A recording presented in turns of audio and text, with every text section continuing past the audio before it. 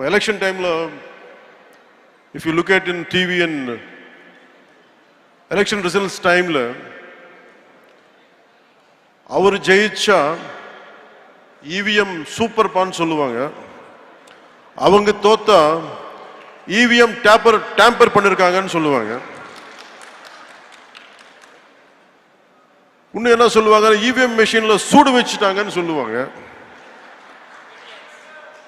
அதே மாதிரி ஒரே நாடு ஒரே தேர்தல் விஷயத்துல கூட ரெட்ட வேஷம் போடுறாங்க. அவங்க அந்த காலத்தில் one nation one election support பண்ணாது சூப்பர். இப்போ திருப்பி அதே ஒன் நேஷன் ஒன் எலெக்ஷன் இப்போ கொண்டு வந்தா அது மோசம். ఇది எப்படி இருக்குன்னு తెలుగులో சொல்றேன். అత్త పగలు కొడితే పాతకుండా, కోడలు పగలు కొడితే కొత్తకుండా. நான் தமிழ்ல சொல்றேன், தப்பா இருந்தா கொஞ்சம் மன்னிக்கணும். மாமியார் வடைச்சா மண்குடம், மருமக வடைச்சா பொன்குடம். అంటే వాళ్ళు చేస్తారు, அவங்க பண்ணா ரைட், நம்ம இது முன்னாடி எடுத்துன்னு போனா தப்பு. ஸோ ஒரே நாடு ஒரே தேர்தல் இந்தியாவுக்கு புதுசில்லை, நம்ம தமிழ்நாட்டுக்கும் புதுசில்லை. From 1952 to 1967 வரைக்கும் நாட்டோட ஃபர்ஸ்ட் எலெக்ஷன்ல இருந்து அடுத்த 2 decades it was always simultaneous elections, assembly and parliament. When the cycle was broken, simultaneous இருக்கணும்னு இன்சிஸ்ட் பண்ணது வேற யாரும் இல்லை, அன்னைக்கு சீஃப் மினிஸ்டர் கலைஞர் கருணாநிதி அவர்கள். And he is the one who insisted. He is the one who wanted this to happen. And today the sad part is they are opposing it. One election is not an untested theory, but rather a return to a system that our country successfully implemented in its formative years. This was when we just got freedom. In the most difficult early decades, our Bharat, Namma Nadu, demonstrated a remarkable unity, irrespective of parties, and administrative capability by holding largely a synchronized elections for nearly 2 decades. Today, whoever is opposing the one nation, one election should go and read Kalainar Karunanidhi's argument in Nenjikku Needhi in favor of simultaneous elections. Karunanidhi avargale urged the center to constitute a committee to restore simultaneous elections. That's what exactly is being done today. We are implementing, national leadership is implementing the vision of none other than Kalainar Karunanidhi avargal, his dream, his thought. And it is strange and bizarre. We are trying to implement Ayya Muttavel Karunanidhi's proposal, and it is strange and bizarre. Ayya Muttavel Karunanidhi Stalin avargal opposing what his father has proposed.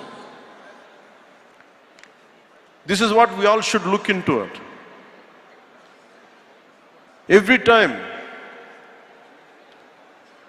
no matter in all these years, the last few decades, somewhere in the nation, elections keep on happening.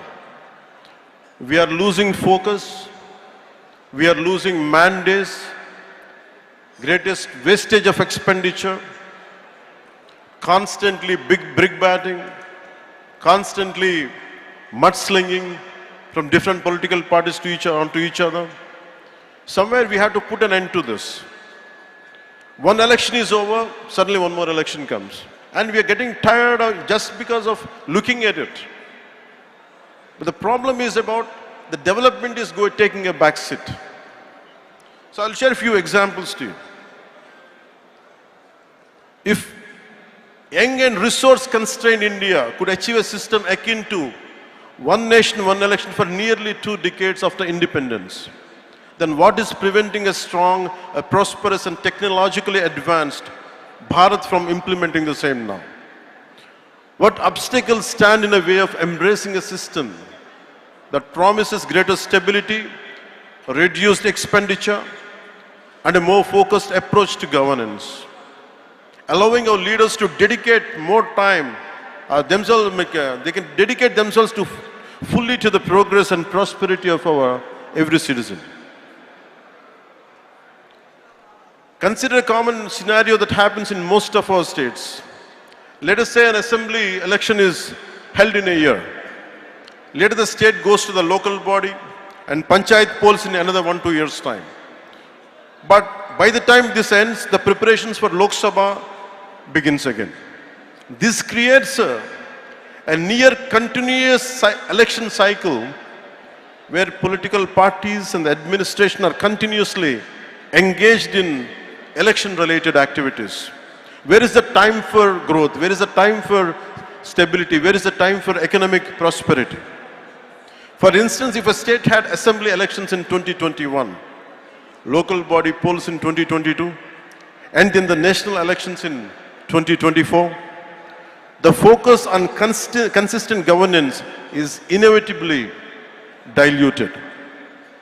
The opposition also engages mostly in electoral strategies and electioneering and giving only limited attention to fighting for the public causes. India is in a constant state of election preparedness. Political parties are almost in a campaign mode, and that is not a good sign of healthy democracy. On average, it is reasonable to say that the elections to the legislative assemblies of at least 4 to 6 states are held every year. With thousands of panchayats and municipalities across the country, elections at this level are a continuous process happening in different parts of the country almost every year. The ruling parties, instead of focusing solely on governance and policy implementation, ruling parties are constantly strategizing for the next election. In the election, ஜெயிச்ச உடனே அடுத்த எலெக்ஷனுக்கு prepare பண்றோம். Formulating populist measures and deploying their leaders for campaigns. This can sometimes lead to policy decisions being influenced by electoral considerations rather than the genuine needs of the people. And the opposition's primary focus often becomes attacking the ruling party and preparing for the next election. Constructive criticism and collaboration on policy matters can take a backseat to political maneuvering and electioneering. And we are going for short-term gains for a long-term risk. And diversion of valuable government resources